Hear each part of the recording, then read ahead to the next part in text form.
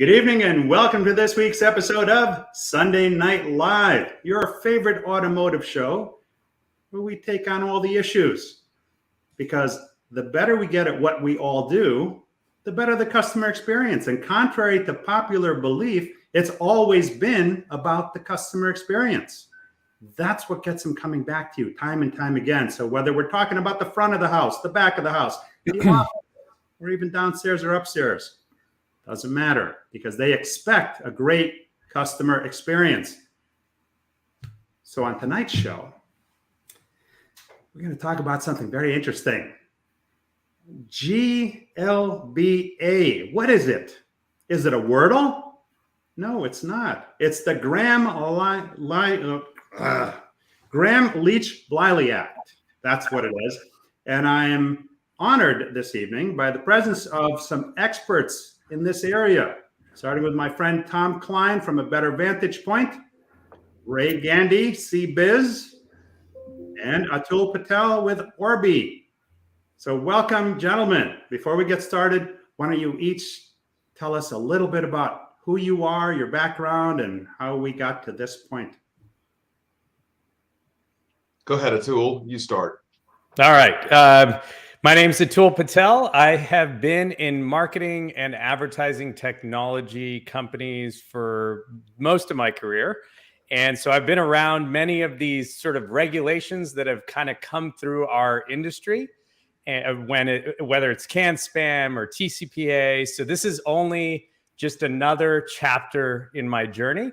And I run a company called Orbee, which is a marketing tech platform that specifically is focused on helping dealers give that better customer experience. So it's only sort of timely and relevant that these regulations sort of get seriously understood by dealers. And so I'm excited about that.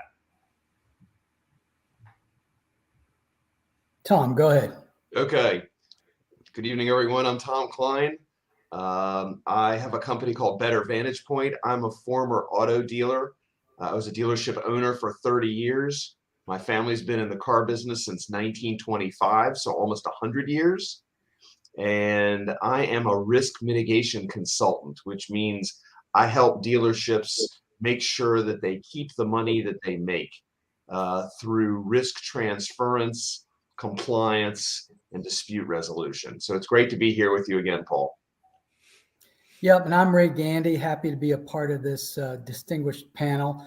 I've been in IT leadership for 30 years. I spent 30 years in aerospace and defense and grew up with helping to protect and identify safeguards to protect, the nation's important data. For the last 5 years, I've been working for CBIZ MHM, one of the top 10 accounting, advisory, and tax firms across the nation, helping our medium-sized business clients and others to help protect and secure their data in much more cost-effective means. We're going to talk about how the FTC has come out with these regulations and safeguard rules upgrades, but a number of other compliance and regulatory agencies are doing that across other verticals and constituencies. My company and my practice helps those organizations understand them, assess where they are in their journey, and put a path forward to do it in a prioritized and efficient and cost-effective manner. Welcome, gentlemen. And, so and let's not forget, Paul, that October is Cybersecurity Month, right, Ray? Hey, taking the words right out of my mouth, Tom. I mean, that's more important than Halloween? Never. Nothing's more important than Halloween. I want to get to a couple of comments. We have Ed Chipolowski. Good evening, everyone. Welcome. And Brooke Furness says hello. Russell B. Hill. Good evening, gentlemen, and cannot wait to hear what everyone has to say tonight. Pen and paper in hand for notes. Let's get this unpacked. Jacqueline Bennett. Good evening. And Rachel Swanson. This looks like a phenomenal lineup. Thank you very much. And Beth Lucchese, my new best friend. Had a great conversation recently. Says, good evening, everyone. And Peter Fong says, cheers. And Ty Thompson with Cars on the Move coming to us via YouTube and LinkedIn. Wow, how'd you do that, Ty? You're coming through in two places. Wow. So this is nothing new, okay? This came about, I think it was 1999. So in the post, I said, let's safeguard consumer data like it's 1999, like a song, right? Well, I think we've all heard that song. But it's nothing new, and it's something that we don't tend to think about, but I'm going to kind of roll out something that I've seen for many decades being in the dealership world. Many times you walk by an office and the office is open. There's a stack of deal folders on the desk, and contained in there is all of the information that a cyber criminal or an identity theft criminal would love to have their hands on. You've got your name, the phone number, the date of birth, the social security number, income, address, you name it, everything needed to steal one's identity. Right there. You keep walking through the same store. Oftentimes it is the receptionist that's charged with filing paperwork. So what do you see on the front desk? You see a stack of papers with the same information. Now, the fines have always been huge, but yet I've never seen the piles get smaller. Now, granted, a lot of really good dealerships have taken steps. They've secured their offices with locks, whether it be biometric, where you put your finger on the lock, or codes, things like that, and people have locked down their information. But the reality is, we're not perfect yet as a business. And there's so much to it. Training seems to be a foreign word in our business, because when things get rocky, what's the first thing we cut? Training. Right? But unless you're trained in this kind of stuff, it happens over and over. And most of the time, a data breach is something that could be avoided. And the government, they're not shy and they're not afraid to go after you. And come December 9th, it's going to get even worse. I'm going to tell you about a previous company who shall remain nameless that had some issues with this. It's a big company. And here are some of the things that the government alleged: failing to develop, implement, and maintain a written information security policy, failing to implement a reasonable guidance or training for employees or third-party contractors regarding data security and safeguarding customer information, failing to assess the risks to the personal information stored in their network, such as conducting periodic risk assessments and performing vulnerability penetration testing of the network. And there's many, many more. But come December 9th, that's all going to change because they're taking it more seriously. So again, welcome to my guests. Why don't we kick it off with, what is GLBA? What does it mean to us? Well, I'll start off real quick, Paul. Just very simply, to me, it's about safeguarding and protecting and understanding the privacy associated with the data that we're responsible over. I'll just start it off like that, and I know maybe Atul, you can give a little bit more color to that as well. Yeah, my perspective is really skewed towards the marketer, right? Where I feel like so much data is created, right? Where the consumer is on your website, in your store, giving you PII. That's where it originates from. And yet the marketing side, Paul, like you mentioned, the training and the education around the security of that data is very minimal, right? I mean, we're talking about, how do I conquest people? How do I get back? How do I get these people back to my website, back to my store? We're focused so much on the customer acquisition that we forget that this is where PII starts. And so for me, the importance here is to understand that wherever the consumer is engaging with your brand, that you have protections. For those unsure, PII is personal identifiable information. Absolutely. And Tom could probably get deeper into this. PII is such a loose word because it's anything that is personally identifiable. So Tom, if I have this right, if you could be reversed engineered into a name, a phone number, address, even if your IP is potentially reversible, that theoretically will encapsulate PII over time. Yeah, the Federal Trade Commission changed the definition of PII in this particular update, which now includes a home address, which seems unreasonable considering we used to have a phone book with everybody's home address, right? But now the FTC has said home addresses are PII. Cell phone numbers and email addresses are all PII. So pretty much any information about the customer is now considered PII, and dealerships are required to protect it. I think, Paul, it's also important to note that, a couple of points. One is your discussion about the folders of papers and things like that, I think is very appropriate because, nowadays that information is digitized, and we tend to tell ourselves, well, that data is in a third-party service provider. And in reality, until you really ask yourselves, where is that data? Do I download reports? If I download information from their third-party systems, it's resident on my local machine. Does that get backed up into some servers? To be able to go back to your paper analogy and say, well, here's the originating piece of paper with the 3 copies, and I know physically it's here, here, and here. Now to understand where are all the digital copies of this PII, it becomes an interesting, conundrum to try to figure that out. So Atul, why don't you jump in there, because that he's teed you up beautifully. Yeah, so let's talk about copies of data.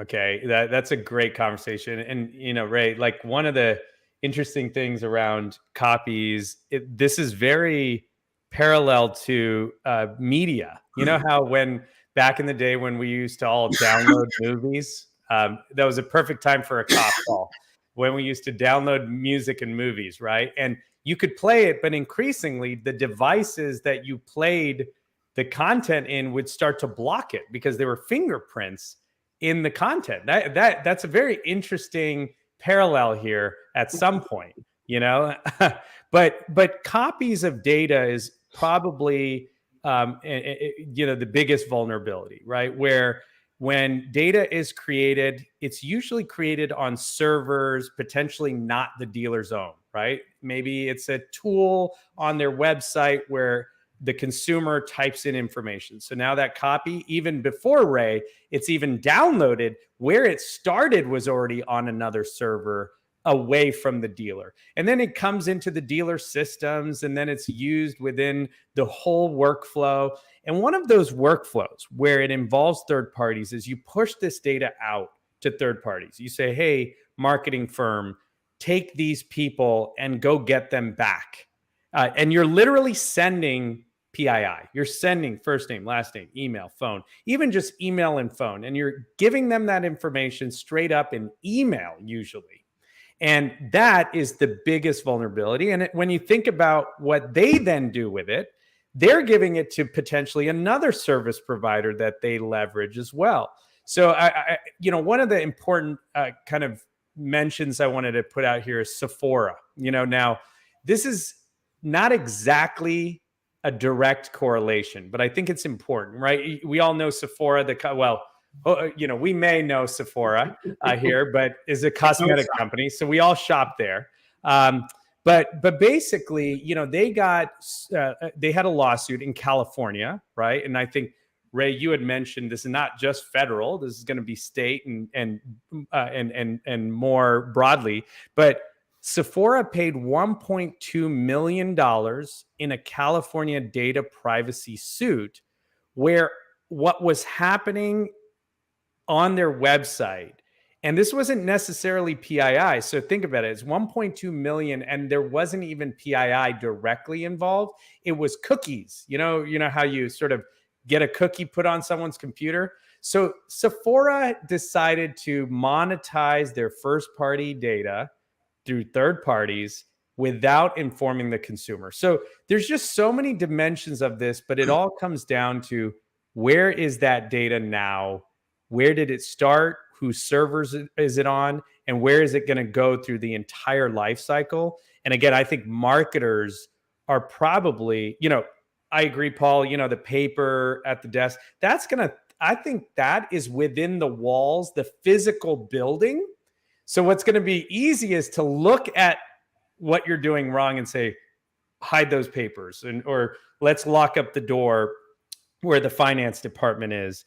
But what about all that invisible stuff that Ray, you're mentioning, an email on computers? That's really going to be the biggest area that could lead to a breach, which, Tom, you and I spoke about this. Right. The government isn't going to come in, knock on the door, and just start looking. It's something else that happens that leads them in and then says, oh, by the way, let me see your stuff.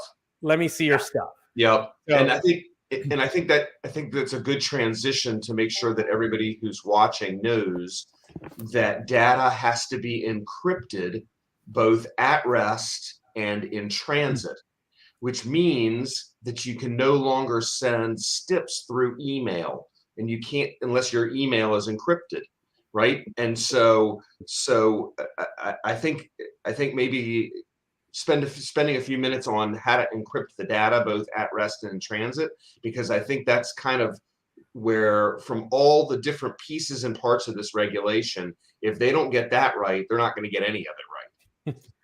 I want to jump in here. The paper example is just to make it relatable, because everything's gone digital, right? Yeah. The paper thing was, yes, if somebody walks in and takes it, but now the cyber criminals, they're not walking through your doors. They're sniffing your internet. That's what you're doing, right? They're phishing through your employees to gain access to your data. I want to get to a couple of comments here because I don't like to get too far behind. Let's see here. While you're reading, let me just make a quick comment, Paul. Brooke made a comment that someone else will spark the fire to have the government investigate. 80 to 90% of the time, that's going to be customer or employee complaints, mostly customer complaints. So if you're not taking care of your customers and they're going to the FTC and complaining, then the government's going to come in. And that's what happened, as an example, in Mapleton Automotive within the last, I think that was April of this year. They got fined $10 million because they had thousands of complaints to the FTC. So that will be the spark that starts this, will be customer complaints. All right, we've got Terry Torline. Good evening, distinguished panel. Ty saying hello to Peter Fong, and Brian Pash is in the house. Let's go, Atul. I guess Brian's a big fan of yours, Atul. Thanks, Brian. Brooke Furness says, no, we're not. And Michael Moore, hello, Paul and guests, and Robert Allen Carvel. Good evening, all. Personal data security, big law in Georgia and everywhere else. Brooke Furness says, right. And it domino effect has spider that never ends. That is so true. Rachel Swanson, people opt in and don't read the fine print. Try reading the iPhone updates. Quite frankly, if I'm retargeted with something I'm interested in, I'm okay with that. You know what? I'm one of those weird people that actually reads all that stuff and decides not to partake in most of the opportunities. Jared Kalfas, in addition to PII, etc., one of the most overlooked areas is PCI compliance.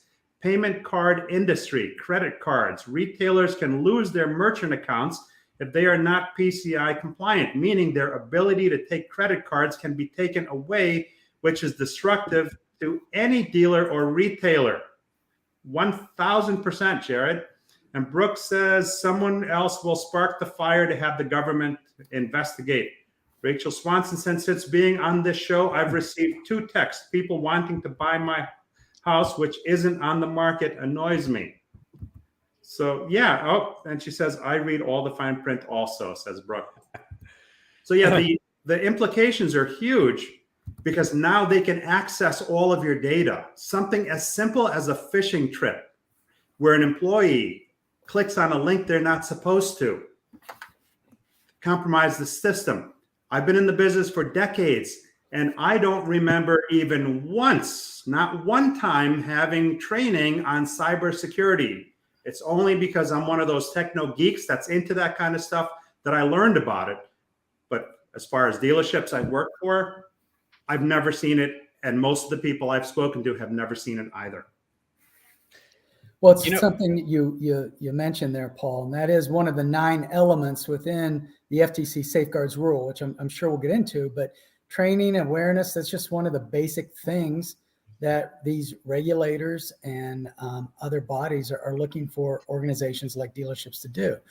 And I tell you, these days, it's changed. I won't name any unless you want me to, but there's subscription-based services that I find are fairly inexpensive on a per employee basis, annual costs, and they provide, any sorts of, different, whether it's cartoon-based or people-based or newsletter-based. It's just good constant reminders. And I know, one of the things I like to do is also try to sprinkle in personal data safety and look at it from an identity theft point of view, because pretty much the safeguards you need to do to protect your own identity are the things you needed to protect your customer and consumer's identity in your dealership.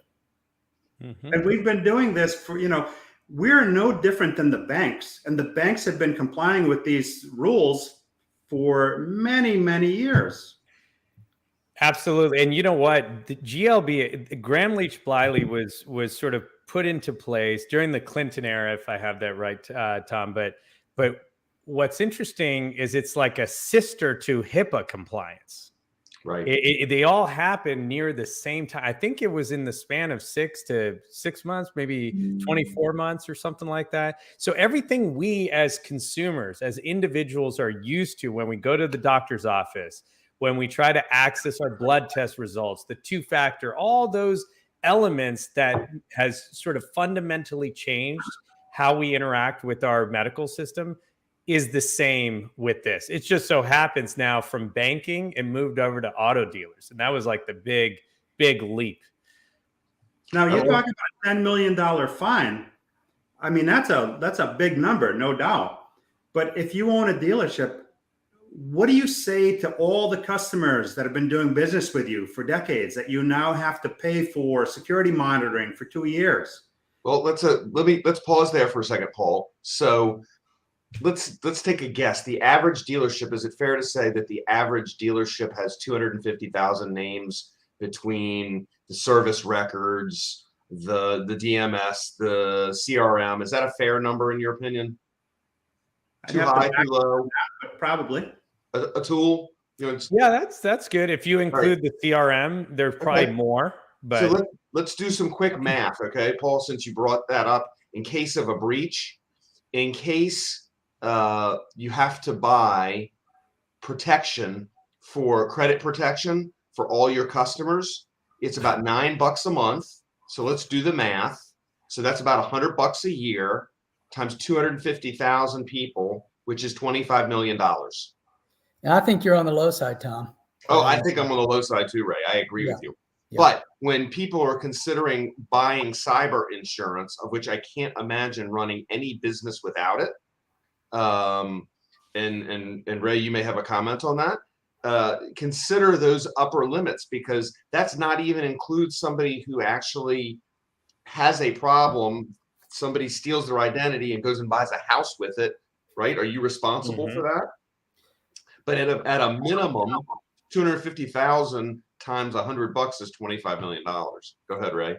Yeah, I think, Tom, you bring up cyber insurance. I'm not going to spend a ton of time on it, but I will say it's an integral part of the entire protection, respond and response mechanisms that need to go in place. It's more on that latter end of things. But if you don't have that in place, I see clients that are just running around like, the proverbial chickens with their heads cut off. I mean, cyber insurance companies, they help, bring in the right forensics teams that have done this and are doing this. They bring in the right legal experts. I mean, to be put in a position of about paying ransom within 48 hours and understanding that laws are changing to where now, paying a ransom can get you in trouble. It can be a liability for you, not only as a company, but personally. So cyber insurance is one part of that entire stool that needs to be balanced appropriately. And just to hop in here real quick, Paul, there's really two sides of risk mitigation when it comes to a dealership or any business for that matter. One is prevention, And then the second part is amelioration once you have a problem, right? And cyber insurance comes into the amelioration part. Steve Graves said, no one said there would be math, Tom. Sorry about that, Stephen. There's always math. You go through school and you're scratching your head. Why am I learning this? I'm never going to use it. And here we are on a Sunday night in October of 2022. We're talking about math. I want to get to a few comments here before we go too far. Here. Let's see. Brooke says, especially on says not regulated. Gary says, great topic. Thank you for taking the time to discuss. And Jerry Davis, good evening, everyone. Another great subject brought to us by the great Paul Meijer. Oh, wow. Thank you. Thank you. I appreciate that. And Gary Silman says, the future is using all the tools to comply with the regulations while you build your own digital brand. Build your new why buy here with safeguarding your consumer data. And Stephen Graves comes to us via YouTube. Oh, yeah. No one said there would be math, Tom. You know, this pitch as a differentiator, how could that, that's a very interesting point, Gary. I like that. And it's almost as if it should happen at the point of where the data is originated. You know, these days, when you go to many sort of mobile apps or even the iPhone, right? You know, if you're going to use Apple Pay, it'll make very clear that, hey, this information is being shared to the credit card processor. And there's that warm and fuzzy you get. Maybe it isn't exactly going to be what converts, but it keeps the abandonments potentially lower. It gives that warm sort of feeling that as I'm giving my personal information, it's being kept safe. This is not simply a car dealer trying to sell me something.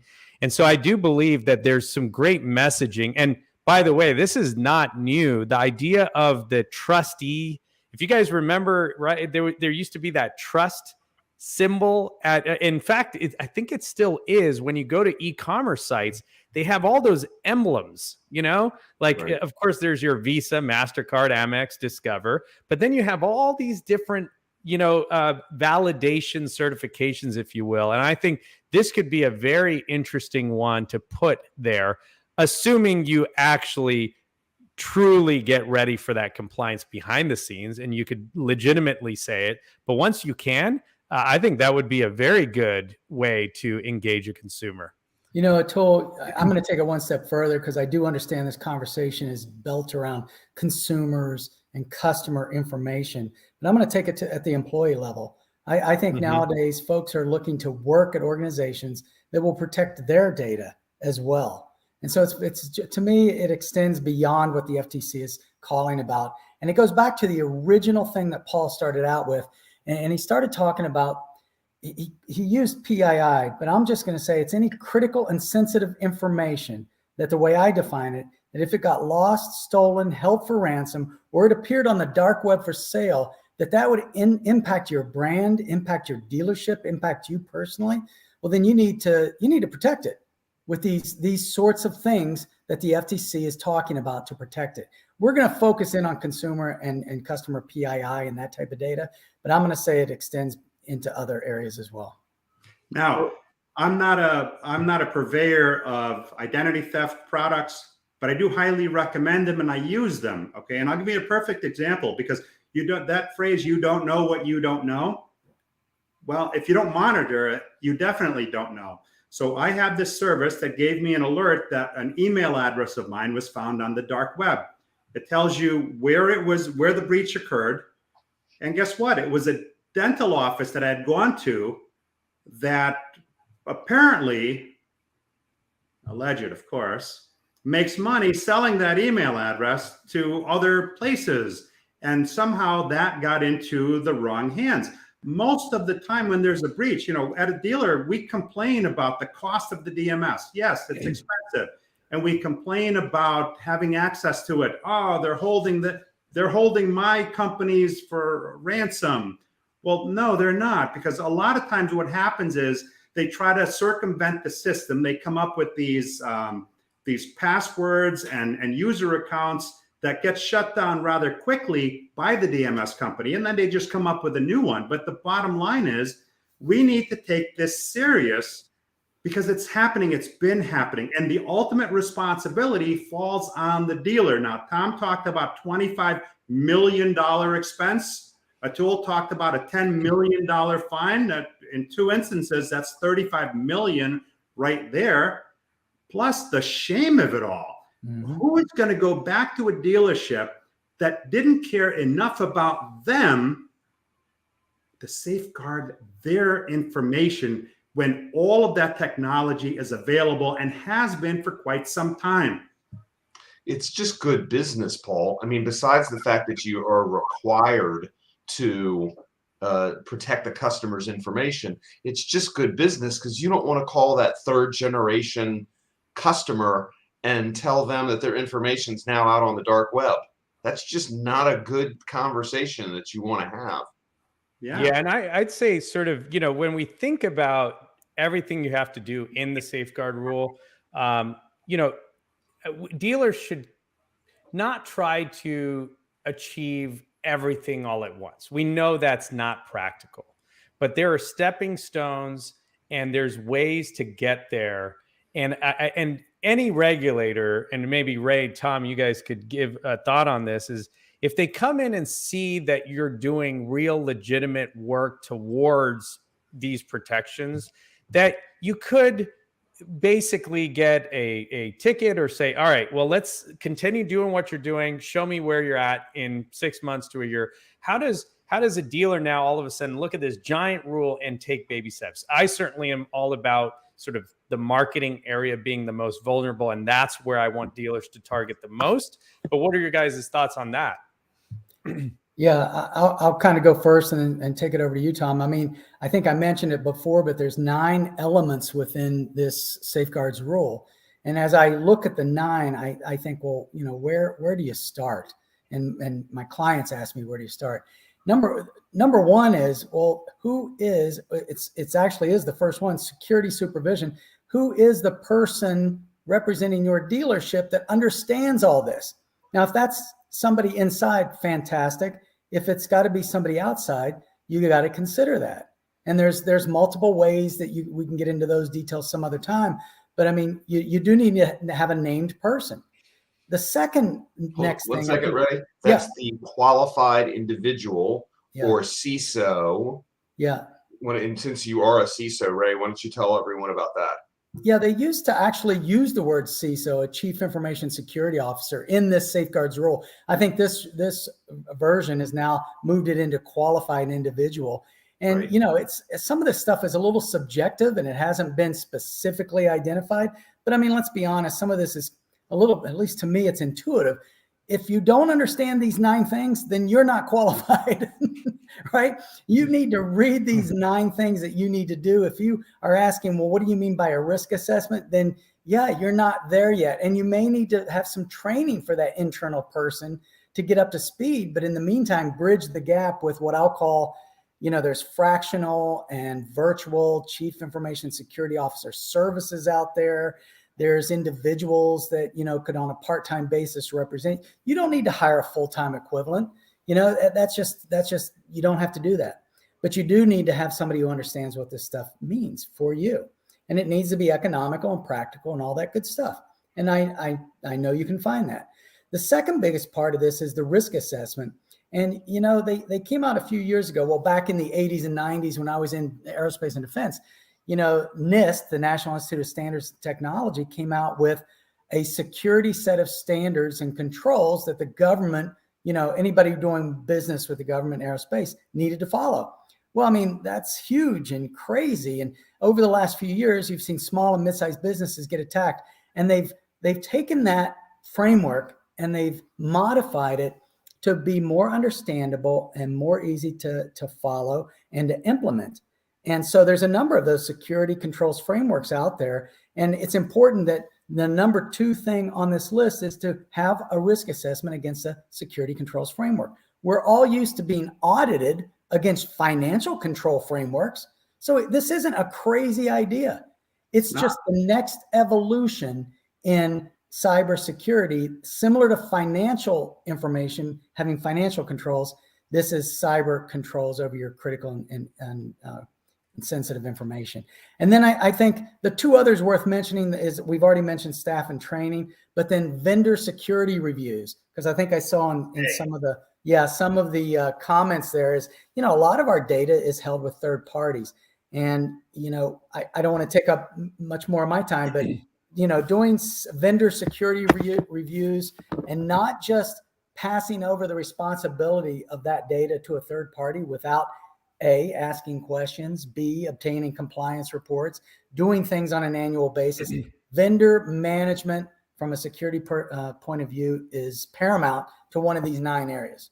It's something that's not been done before that I'm aware of at any store that I've walked into, but now it has to be done. I want to get to a couple of comments.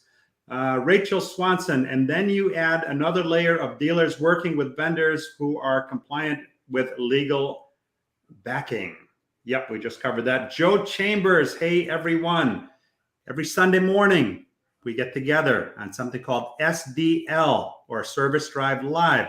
Message Joe for the link.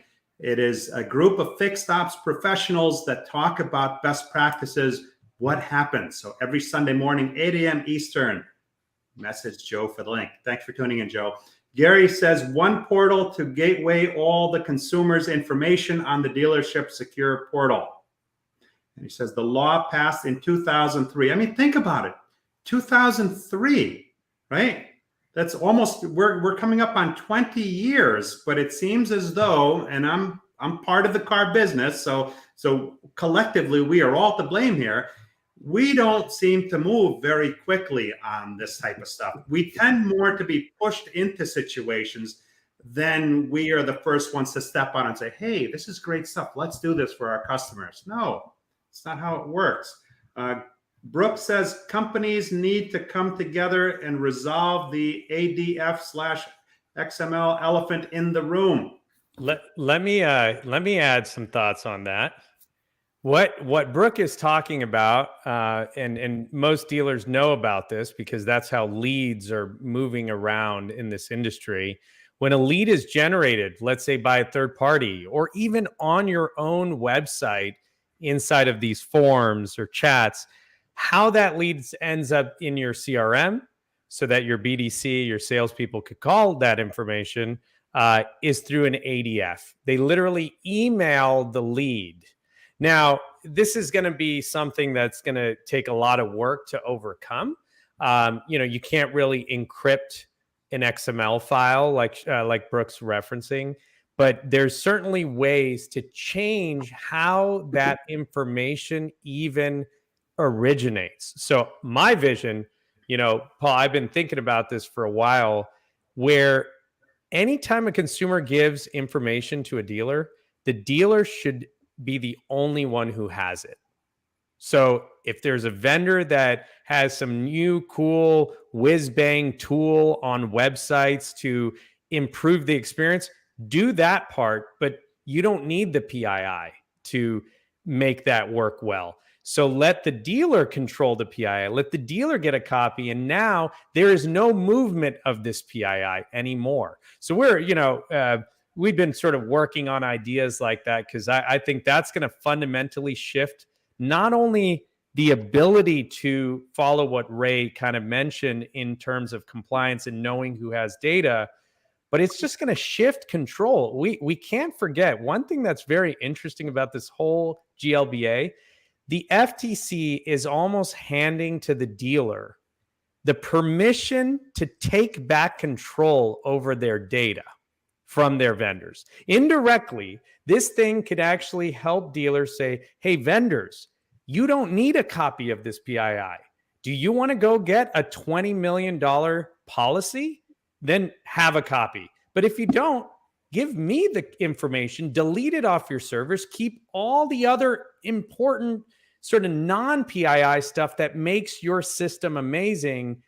But now the consumer can be given that seal of approval that says your information is coming to the dealer and we will protect it for you and no one else has it. So yeah, it's interesting. Brooke did say it was an elephant in the room, and I just kind of pulled the red blanket off of it. So absolutely, Brooke, you're right on that. Atul, that was a mic drop moment, man. Want to get to a couple more comments. Let's see. Gary Silman says, what have they been doing for the last 20 years? Christopher Roach, do car manufacturers like GM apply any penalties to dealerships for security non-compliance? Yes. Do they, Ray? I know as a part, if I could just throw this out real quick. Yeah. So in terms of encrypting data, your OEMs are required to encrypt data back and forth. So when you punch a car that is now sold, that's supposed to be encrypted when it's being sent to the OEM. So OEMs are not exempt from this. And the FTC says that if your vendor isn't complying, you're supposed to get another vendor. But what I would recommend on that is to keep a log of when you called, maybe twice a month. Hey, are you encrypting the data yet? Hey, are you encrypting the data yet? So if the FTC walks in, then you can say, now listen, I'm not General Motors, and I'm trying to get them to encrypt their data, but I can't make General Motors do anything, and I can't get another vendor. And then real quickly, going back to something Atul talked about a few minutes ago, if a regulator comes in your business, you're going to write a check. The question is it a 4-figure check or a 6-figure check or a 7-figure check? If you can show them that you are trying to comply with this law, and that includes some of the other real quick things we need to talk about. MFA, multi-factor authentication, has to happen. That includes more and more, by the way. The companies are proactively pushing that. So I applaud them for the effort on that. Right. It also includes training and Ray touched on this, but it includes training every employee every year. So there has to be a constant, and there are so many topics we've talked about: phishing and cybersecurity and passwords, and don't leave your passwords out on your desk blotter, which people still do. I still go into dealerships and people have sticky pads, and it's at the bottom of their screen. Right? That's not okay anymore. It wasn't okay back in 2003.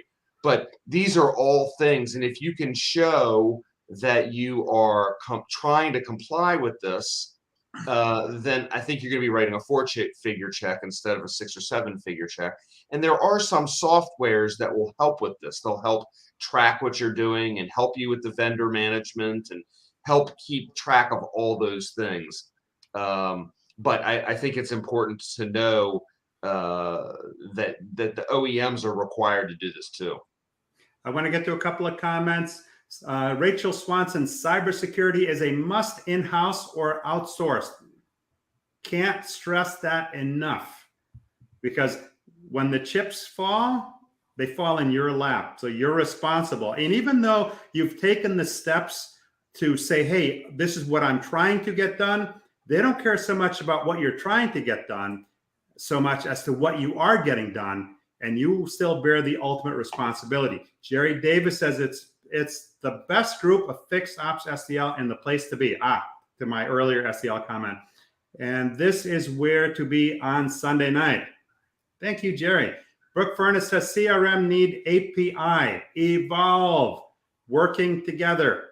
And Rachel Swanson says dealers should have a tool or method to capture their own first-party data. Atul, you want to jump in there on that one? Yeah, I think this, what Rachel's probably alluding to is just what we were talking about earlier.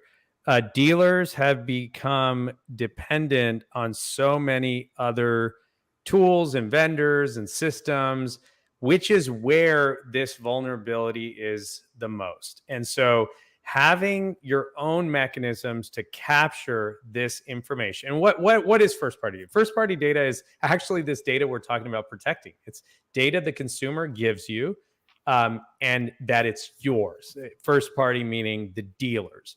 But remember, but remember this: if it is created by another vendor, then it's not yours. It's now in their hands, and they're also holding a copy of it. But the consumer doesn't know that.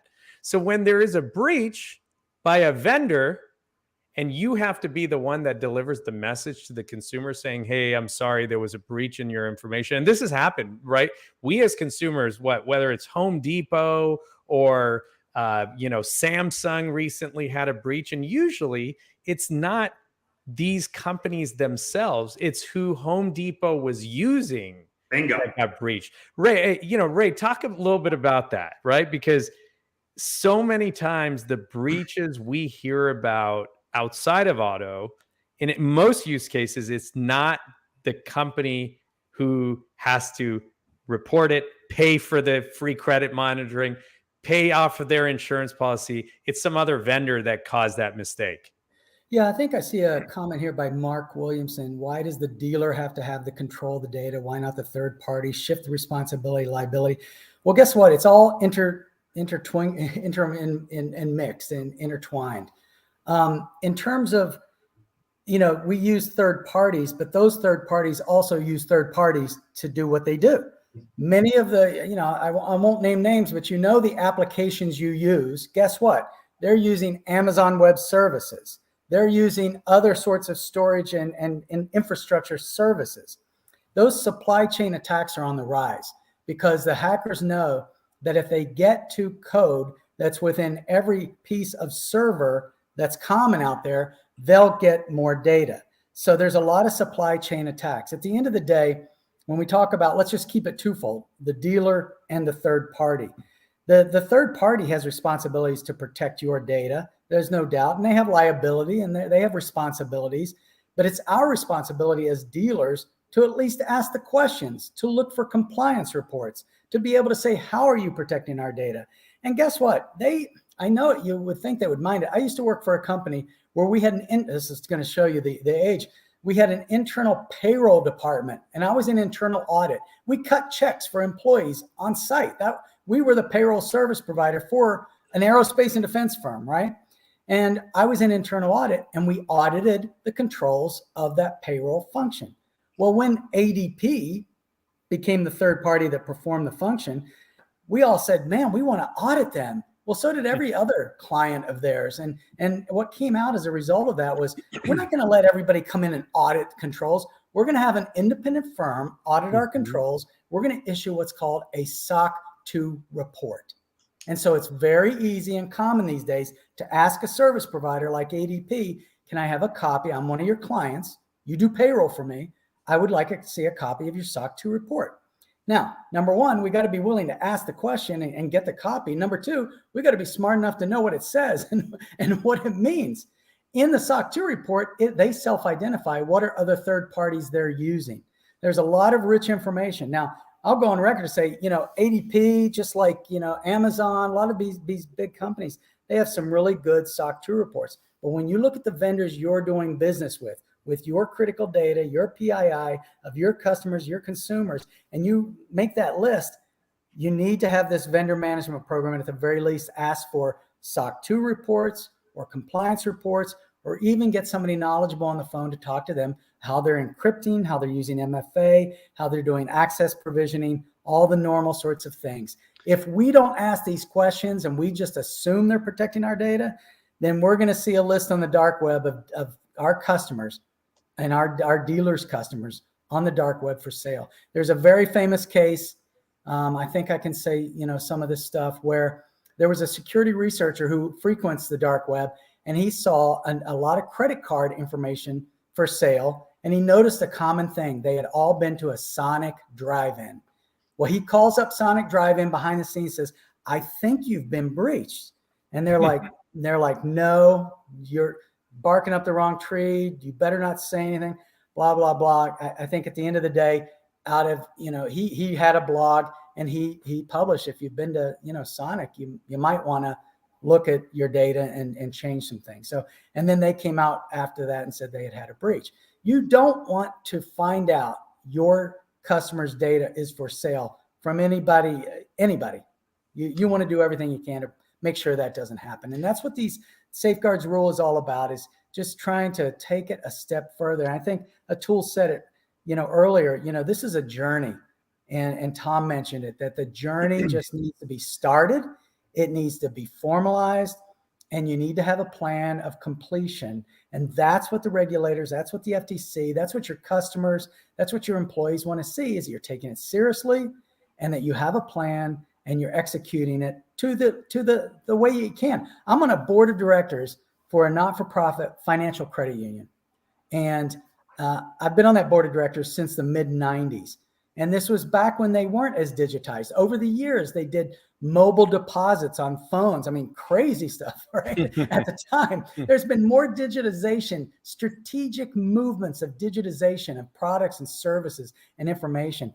And my role, being on the board of directors, it probably took us 5 years for the board and leadership and IT and others to kind of get in the groove of what the pattern of review and discussion and metrics was. It's a journey.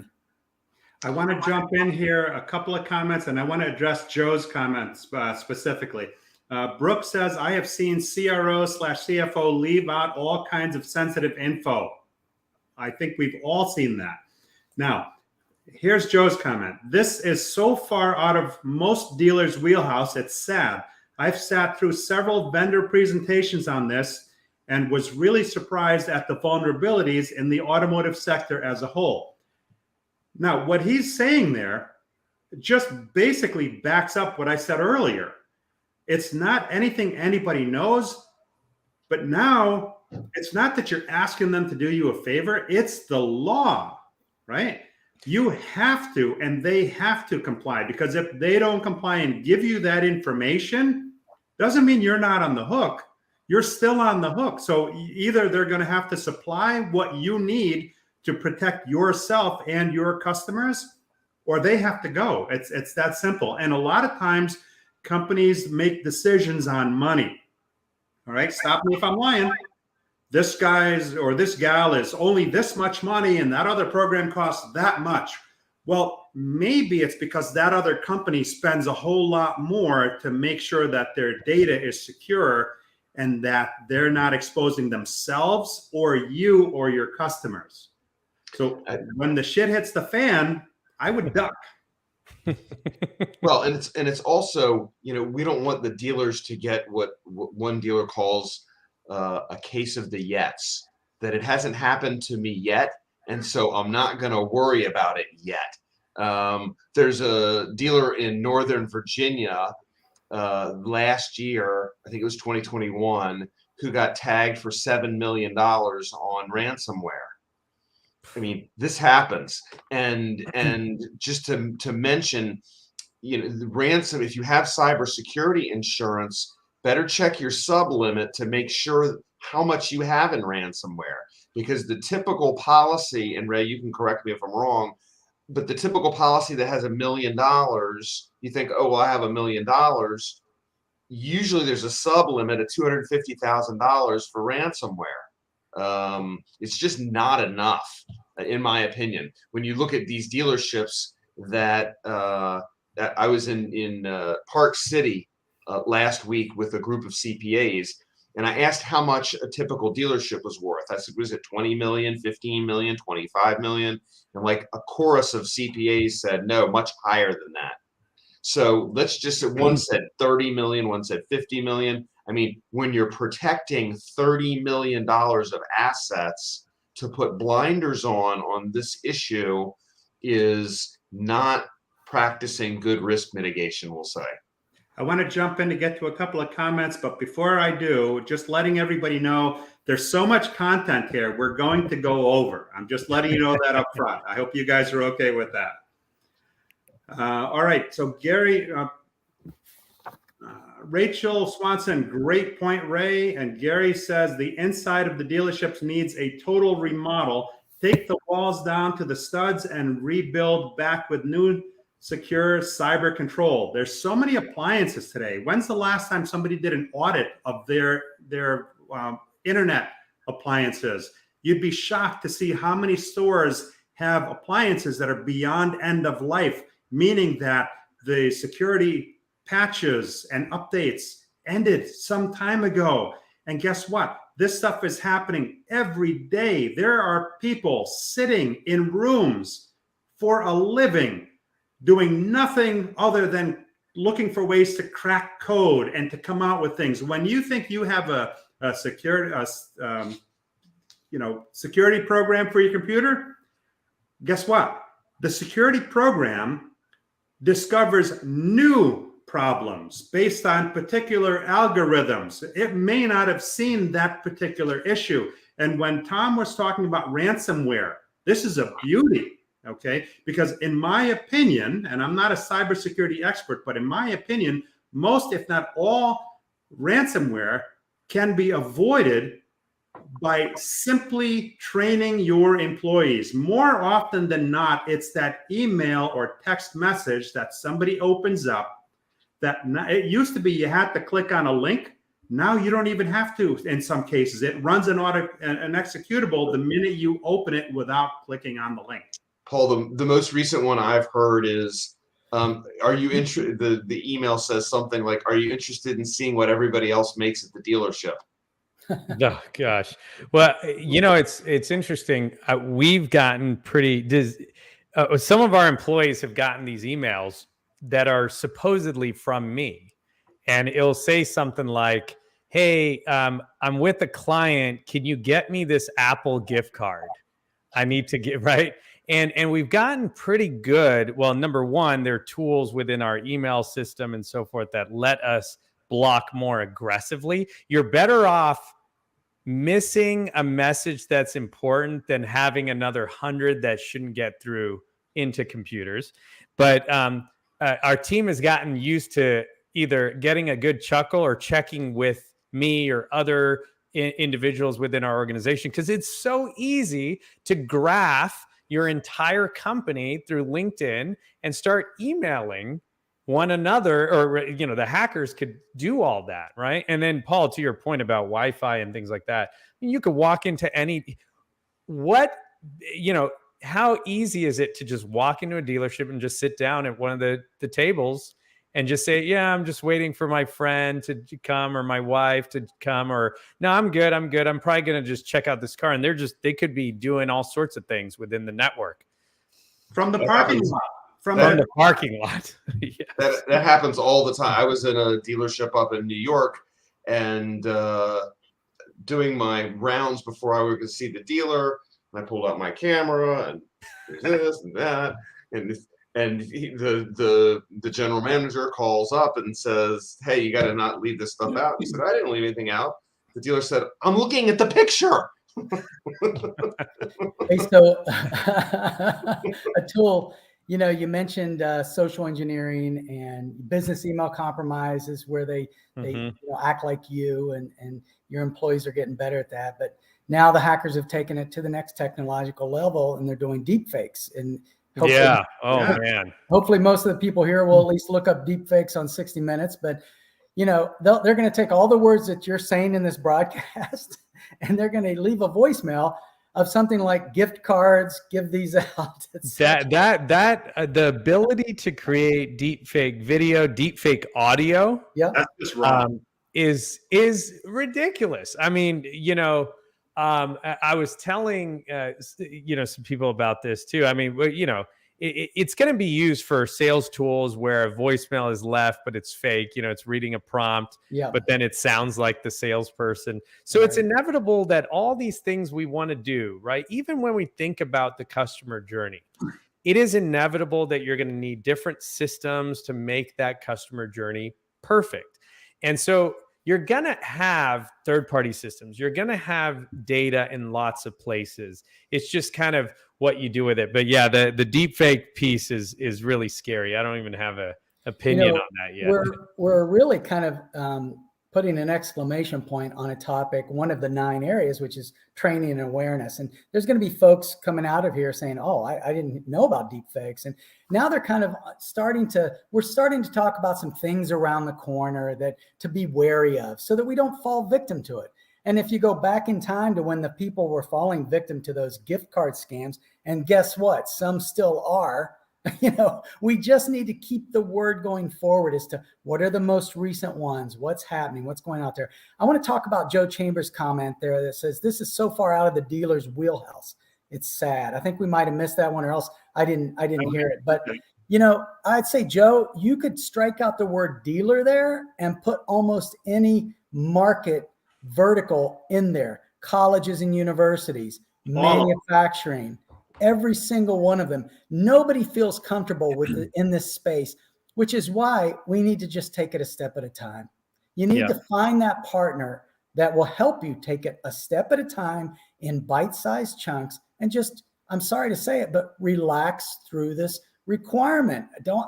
I know sometimes scare tactics and all those things are important, but at the end of the day, you should understand the importance of this, not only to meet a regulatory compliance, but because it's good business and it's good, possibly, to be able to put a little check mark there to say, hey, we care, and raise your brand awareness. But at the end of the day, it's the right thing to do. So let's just find the partner to help us baby step through it, make progress. 5 years from now, 2 years from now, we're better and better and better and better. I think also just to mention touch on a few other requirements that we haven't talked about. One is that you're required to have change management procedures.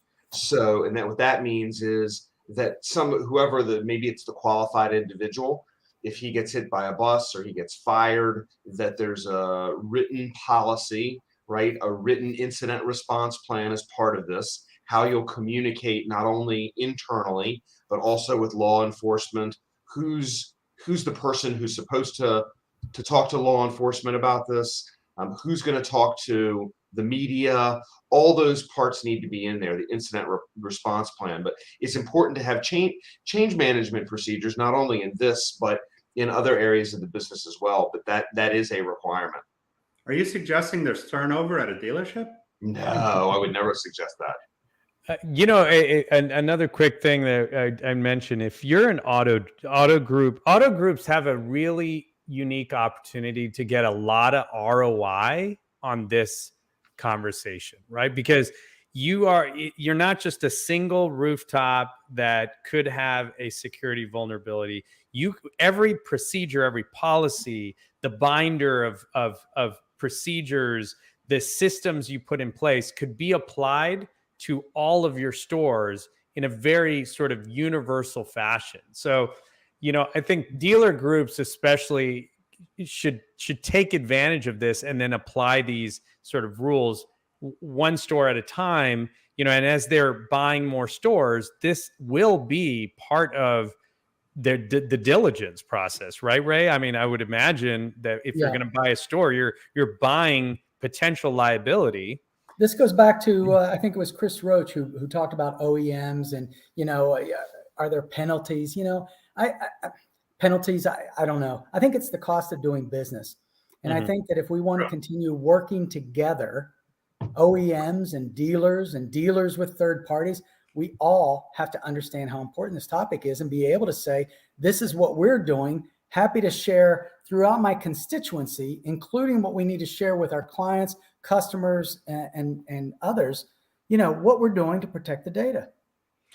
There's also process creep that happens, right? Because when these bigger dealer groups buy a group, the IT infrastructure isn't the same. So bringing that infrastructure up to whatever the standards are they want to do is different. And then there's the general manager who wants to use this widget instead of the other widget, that widget. And so there's a lot of that kind of creep that happens in the bigger stores also. Yeah. Well, Ray was talking earlier about vendors, right? So, it's obvious that Orbee is like a MarTech platform, right? So that's actually what dealers can use to do some of these things related to customer experience. So talking single-handedly, Ray, you were talking about SOC 2 Type 2 compliance. There's ISO, 9701. There's quite a few of these, and we're actually in that process. So what's interesting, it is stepping. You don't just go and get it with the snap of the finger. There's surveys, there's processes, and it's ongoing. So it is important that you can actually separate vendors who are taking it seriously and then people who are sort of like, I'll deal with it later, or it's not an issue. Now, what's the kind of the interesting sort of flipping it on its head sort of model here is with the cloud, right? When you think about Amazon Web Services, you think about these cloud systems. If dealers end up, dealer groups, I'll specifically talk about groups here because what I've seen is they have the wherewithal to have a CTO, a CIO, a security officer. But when you start to see, and I've seen this with many of the dealer groups I've talked to, where they've taken the systems and flipped it around and said, we're going to host it. We're going to put it in our cloud. And every vendor is sort of attaching to our system. Once they do that, they have greater control. And we actually, Peter Fong, my colleague, and I spoke to Amazon Web Services specifically about how can we make this easier for dealers to do, because the on-premise concept, right? The idea that one day, I would imagine in the Ray, maybe you could sort of confirm this, but in the medical industry, the HIPAA aspect, right? Or even in government, GovCloud, right? Isn't GovCloud kind of a similar structure where all of a sudden you make sure that the cloud where you're going to put everything is protected in new ways? And now you have all of those systems sort of flipped where the dealer owns it, the dealer group owns it, and all those vendors are attaching to it, and they don't get any of the PII. They just use it to provide their individual services to the dealer.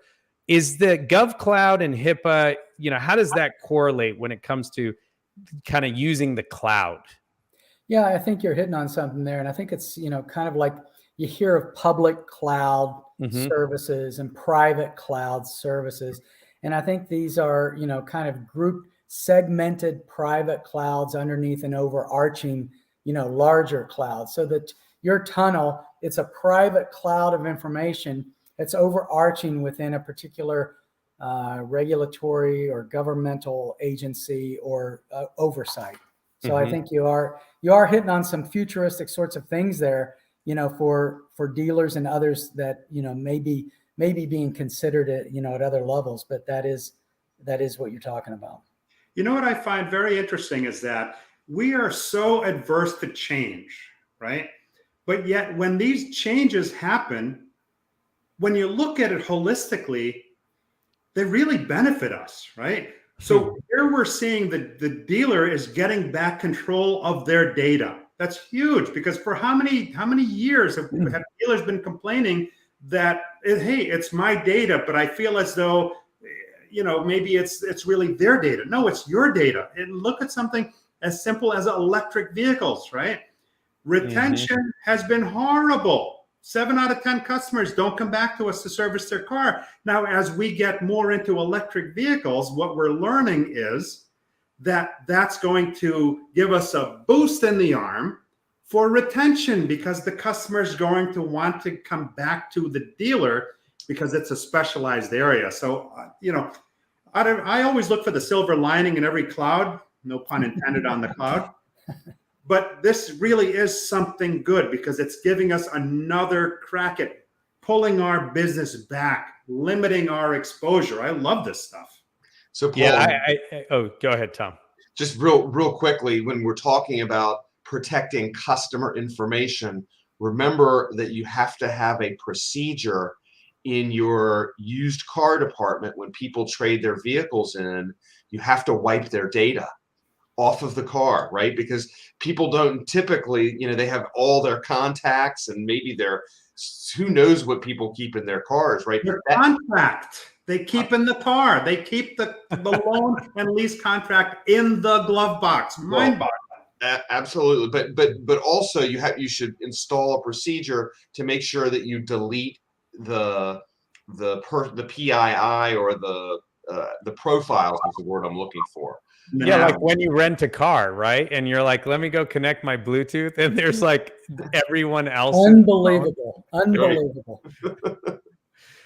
I used to do that when I worked in a store. I used to do that. Just call it the OCD in me, but I just felt it was the right thing to do. You know, somebody buys that car, they hit home, they go to the person's home, they hit the garage door opener, they walk in. You know, it's just simple stuff. I want to get to a couple of comments. Rachel Swanson says, "Great show, Paul. Suggest do a part 2. You know, we might be able to do something like that." Brooke Furness says, "Hey, Rachel, Tom and I are chatting more on this next week on my show. Feel free to join." And Rachel says, "Brooke Furness, love to join." Brooke says, "Love it, Tom." And she says, "We'll connect with you." Rachel Swanson, they're so good. Then you check the sender and now text too. Now, how many people are on Facebook? Anybody in the audience on Facebook? Anybody check their Facebook while they're at work? How many times do you get that message, that annoying messenger thing that says that, "Hey, is this you?" And people click on it and they compromise their PC because it's just yet another virus that gets sent out there. Crazy stuff. Brooke says, "I have a group that had one of their stores held up by ransomware. Why? Lack of Wi-Fi password. 3 weeks later, their sister store was hit for the same reason. I worked at a Saab store back in the day. The guy, he was handing me the key to the building, and he was showing me how the security system works. I love this guy dearly. Guess what the code was for the store's security system? His birthday. 1, 2, 3, 4. Harder than that. No, even harder than that, Ray. The address. 111. He's using my password. That was the alarm code. Crazy. Brooke says, "We don't even know if it's even known if it was really you talking. Could be a synthetic media." Jerry Davis says, "Great information here. Thank you all for being here. I greatly appreciate you, Paul Meijer. Your show has always something that gets me thinking. Great job." And Joe Chambers says, "Great advice, Ray. Appreciate that. And absolutely, Tom, change management procedure is something we have a hard enough time with in regular issues. We need that binder for everything that we do. It now has to be documented or it didn't happen." And Right. Rachel Swanson says, "It's not just dealerships facing this threat. I received a letter last month from a medical imaging company that they had a data breach. I would think dealers could easily partner with a company to oversee this. Sleep better at night." And Gary Silman says, "Nice job with the topic. Plenty more to see. Contrary to the, oh, nothing to see here. Don't worry about it. Don't worry about it." Brooke Furness says, "Check out privacy4cars.com. That's on the issue. I have not spoken to them, but what Brooke's talking about is they have a system or a methodology to wipe the data from the used cars, and that's their product.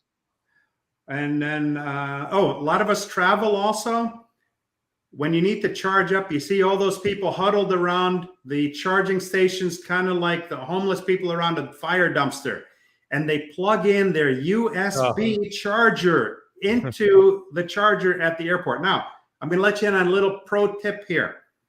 Hackers will plant malware in those chargers. When you plug in your charger and it asks, "Is this a trusted device?" you automatically say yes, and guess what? You just let the spider into your web. Let's see what else we have here. Brooke says, "Your car is your phone, 100%. And Rachel Swanson, the way I understand, the laws will much more stricter at the store than online process." And Brooke says, "Andrea's awesome, owner of Privacy4Cars." Yeah, so I mean, you have to really, really, really be careful here, because the bad guys, they're at this 24/7. I do like, Paul, what you said earlier about the sort of the silver lining and the opportunity about controlling your data. dealers should definitely keep that in the back of their mind as that sort of light at the end of this tunnel, right? That consumer, and it goes even to the point made earlier about the seal that your data is safe with us, with our, but if you build that into your mindset, the laws are just kind of a backdrop to it, right? You're almost using the law to help drive that change, but owning that data. Imagine your dealership is the only person who gets to know that this person serviced an oil change. Just imagine if you're the only one that has that relationship with that consumer and you don't let any of that data leak for whatever reason, right?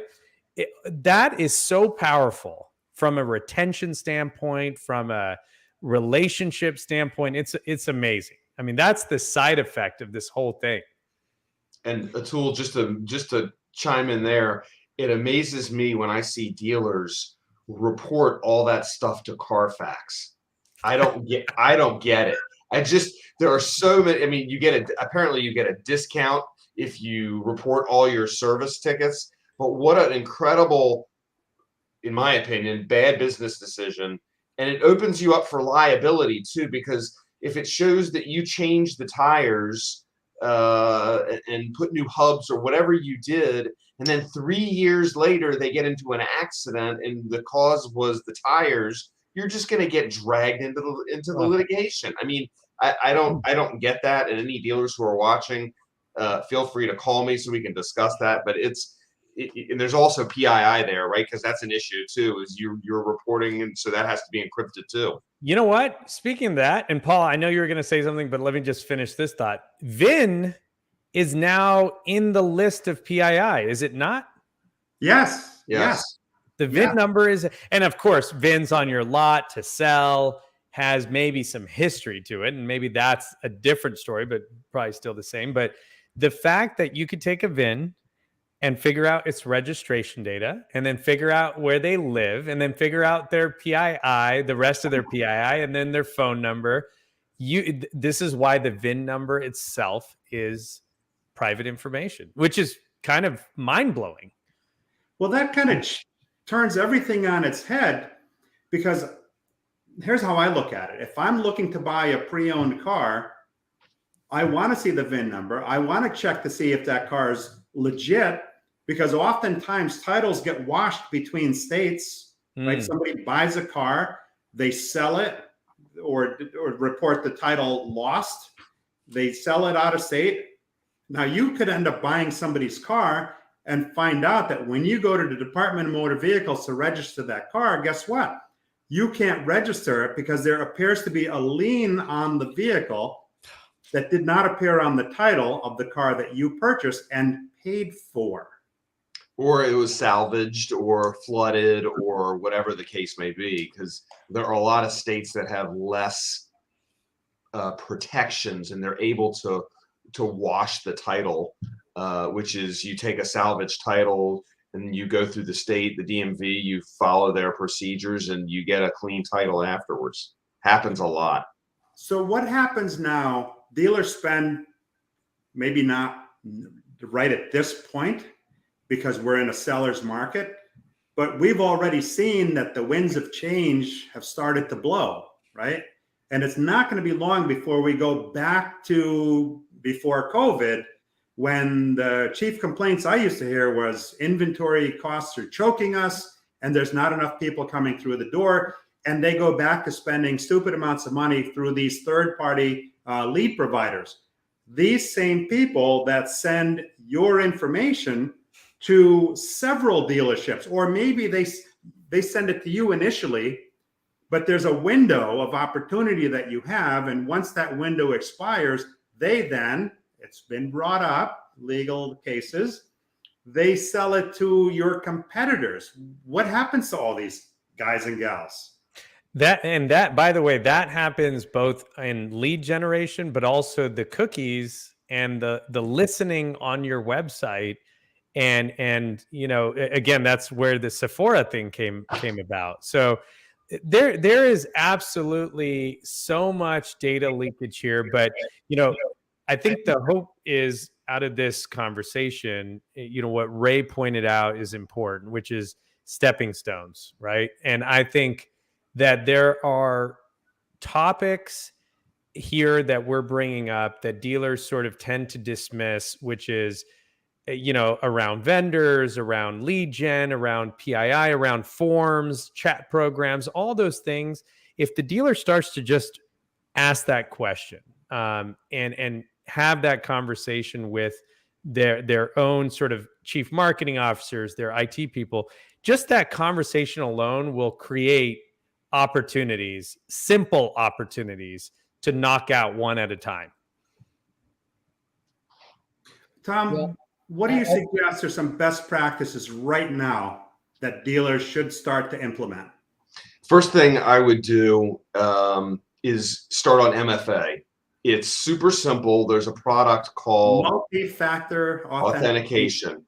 So one easy to install product that's not expensive, and Ray, you can chime in here, is Cisco has a product called Duo, D-U-O. It's easy. I think it's like $350 per employee per month or something, Ray. Is that right? Something around there?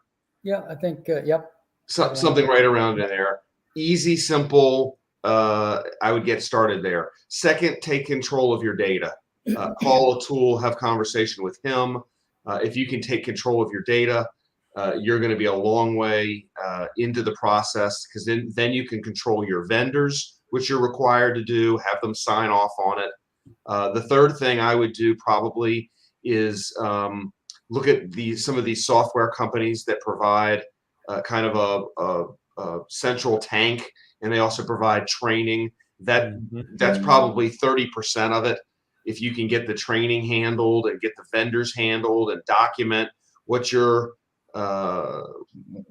supposed to be doing, and then call somebody like Ray and do the risk assessments and have that done, and make sure you're doing the vulnerability testing, the penetration testing, because you either have to have vulnerability testing and penetration testing or continuous monitoring.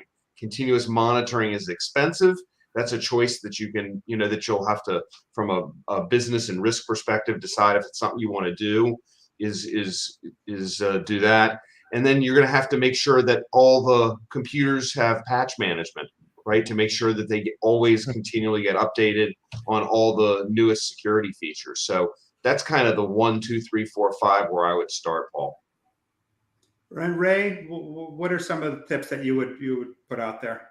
Yeah, I agree with obviously where Tom was coming from. I think one of the pitfalls that I've seen dealers make, and by no means am I saying you should not do this, and I think Atul was just talking about it, have conversations with your IT folks and marketing folks. I know that I'm an IT person, so I'm gonna go on record to say that, and I'll say that IT folks are it's those hallway conversations, or you have a meeting to talk about, hey, let's talk about this FTC thing, and all of a sudden you get an IT person saying, well, we've got a firewall, we have MFA, we patch our stuff. At the end of the day, and there's also self-assessments that people go through. I don't know if any of you have filled out a cyber insurance questionnaire, but when you go through that, you can really get lost in just those yes/no questions. Do you have MFA? I've seen it where a company says, yes, we have MFA, because their IT person said, yeah, we've got it. But they didn't have it on all their systems, and they didn't have it on the system that got breached. So the insurance company didn't pay. So the devil's in the details.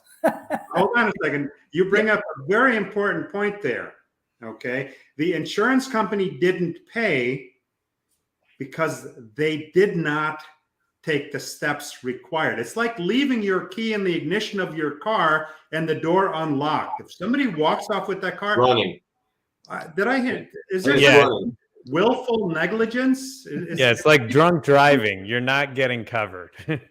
Yeah, on your accident. So great points. I didn't mean to interrupt you, but I wanted to add in, but do go on. No, so I think, if I had to say one thing, it's got to be, and I really don't want to make it self-serving. It's not about me or our services or anything like that, but an independent, low-cost, independent risk assessment, just to kick the tires, see where you are. Is what your IT folks and your marketing folks and others saying, does it line up with the letter of the law? Does it go to the depths that you need it to be to protect your business, to protect your customers, and the data that's so important at what this regulation is talking about?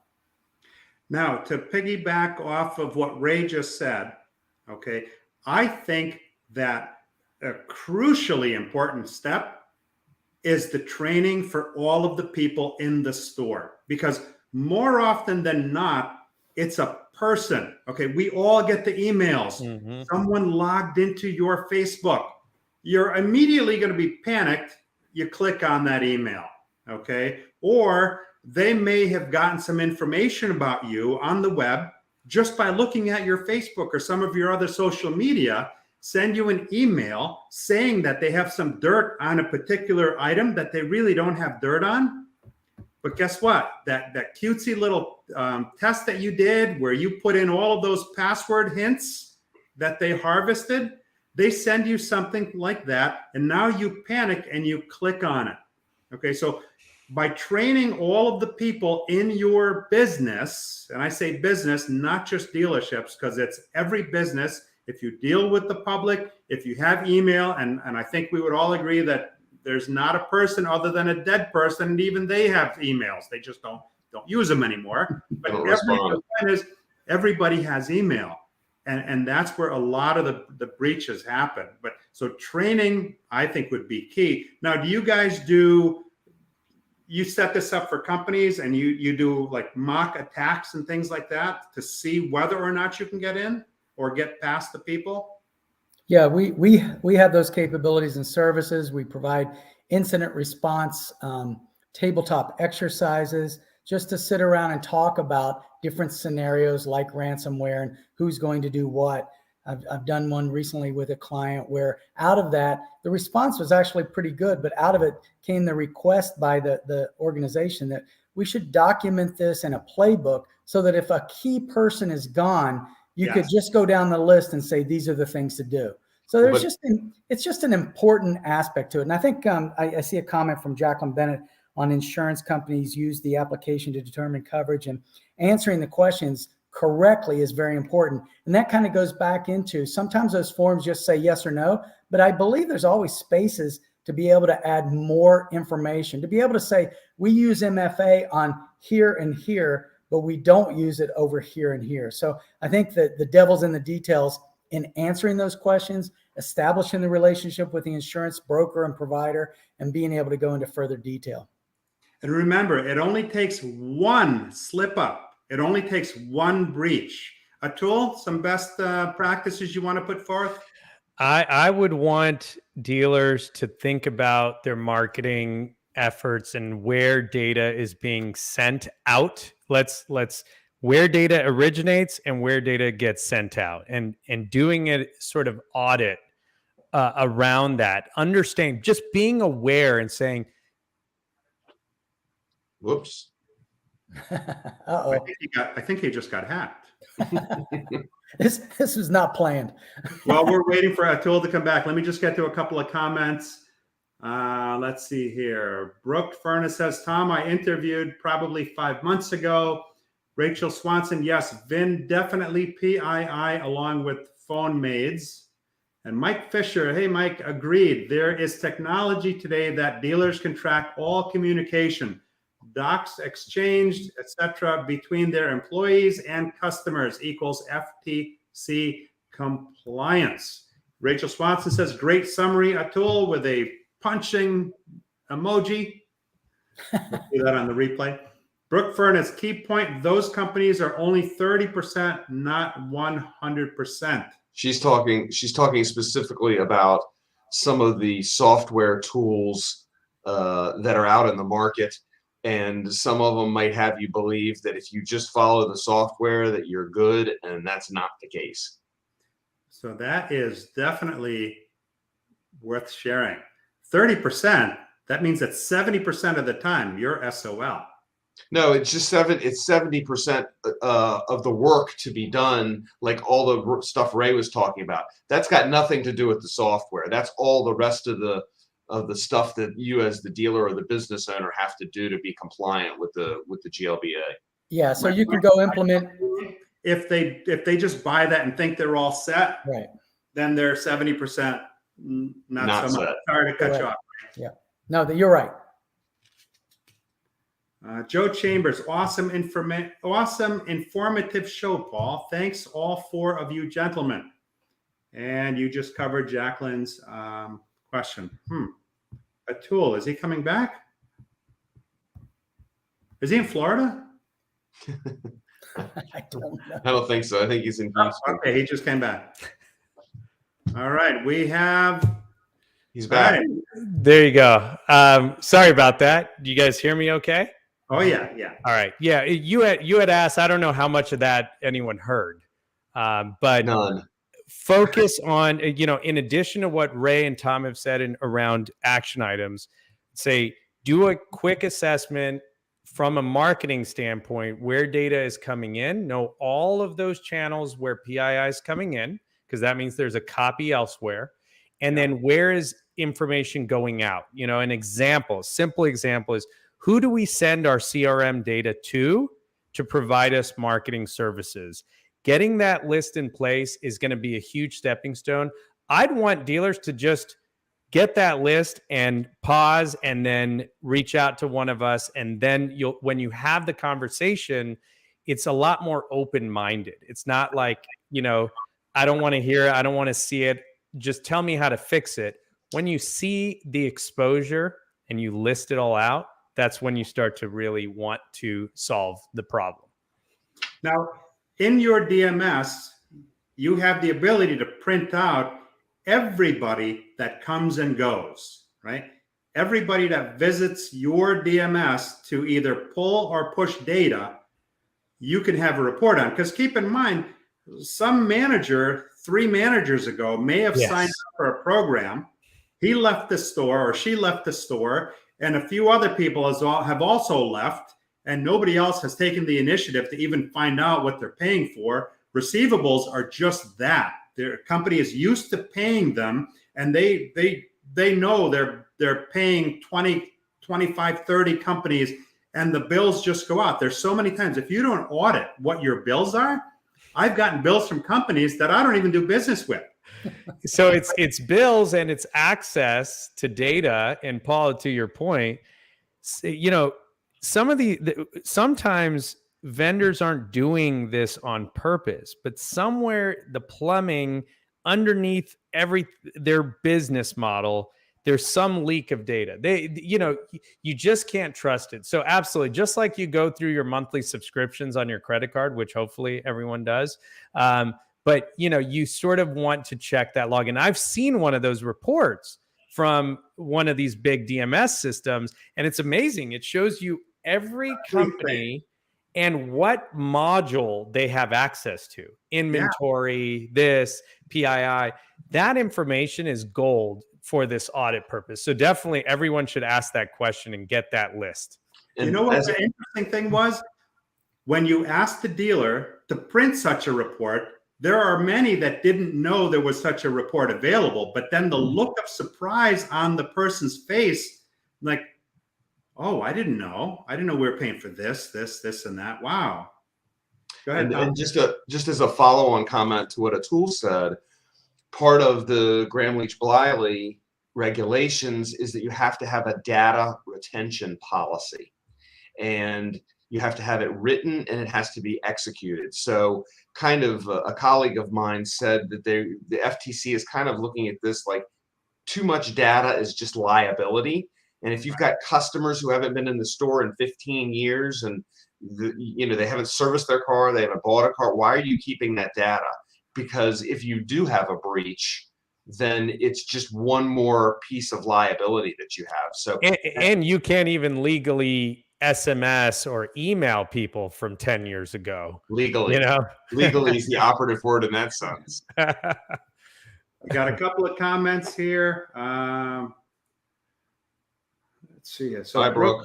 Said they are portraying to the dealer are 100% good to go, but not. And Rachel Swanson says, last thought, legal data without action is just data. Love that. We know what to do. We just have a hard time getting off our butts and doing it. Right? we've known about this since 1999. And we've been reminded in 2003, and I think it was 2015 again, a couple of not so subtle reminders. So the time to act is yesterday, because we all know in the car business, particularly, you blink an eye and it's 5 years later. And here, how many days until December 9th? We count down to how many days till Christmas. But the countdown we really need to be having now is how many days till December 9th. And I appreciate, you guys are saying that as long as you're taking the steps, you're a step in the right direction. And I'm not one for doom and gloom and fear. Oh, Darth Vader. But it's not like getting pulled over and flashing a smile and having the officer say to you, I'm just going to give you a warning, right? They don't have to give you a warning. It's $46,517 per violation, and that's not defined yet. Whether if you have 10 customers who are breached, you don't know whether that's going to be one violation or 10. Right. They don't have to give you a break. The writing's been on the wall. It's all over. It's been debated. The extension has been declined, and it's about to be showtime. And I'll tell you real quick, the thing that I'm scared about is no different than the amount of auditors the IRS has hired. And Nina, what's her name? The FTC head. Chopra. That's The CFPB. That's the CFPB. Yeah. So the FTC, the IRS, all of these are newly empowered entities of the government that want to go after things, right? And it's not a revenue generator, but it's really, I think it is a revenue generator. Yeah. Okay. All right. Yeah, that's true. IRS hired all those people to find revenue, I guess, even though the word revenue is not in the FTC, let's take it for what it's worth. They're going to use fees as a way to teach and as a way to fund their continued efforts. In May, just real quick before we wrap, Paul, in May, I went on the FTC jobs board and I counted 24 lawyer positions that were open. Wow. They were hiring. So, wow. Well, listen, Tom, Ray, Atul, I can't thank you gentlemen enough. This has been hopefully eye-opening for many. There's, to quote Joe Chambers, it's so far out of the average dealer's wheelhouse, it's not even funny. And if you guys and gals are like me, you always remember what you forgot to ask when you had the opportunity to do so. The beauty of the internet is if I get hit by a bus tomorrow, this information is still on the internet. I have tagged both all the gentlemen here, Tom, Ray, Atul. If you're not connected with them, I suggest strongly that you get connected with them. And look, two things come out of every conversation. You're either going to say, yeah, you know what? I got this covered. All of the things that were recommended are things we are already and have been proactively doing, and we're on the road. The other part of it might be, wow, what was the name of that report again that could be run? I never heard of it. I don't understand it. And I didn't know the fines were that big. So the initial conversation is always free, right? You click on the name, you reach out, you message, you find the contact info, you make a phone call, and you have a conversation and just get some guidance. We don't know what we don't know, but there's a lot of experts out there that do know what we don't know. And you can't just say, oh, I didn't know, because that doesn't matter anymore. That's not going to cut it. So thank you, everybody that tuned in tonight, for your great questions and contributions. Thank you to those that are going to watch it on the replay. We have a serious number of people that watch it on the replay. I know this because weeks later, I'll get a question or comment 45 minutes into what's now over an hour and a half show. We did the record today. There was so much content. We went way over, but I love it. I appreciate you guys taking the time. I wish you all a safe and successful next week. Few comments. Brooke says she's got to jump. Gary says we have been building helpful solutions to build your new brand. Puts his website on there.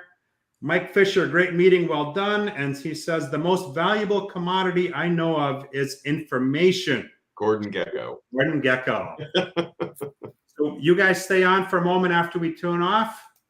Thanks again, and we'll see you next week on Sunday Night Live. Thanks, Paul.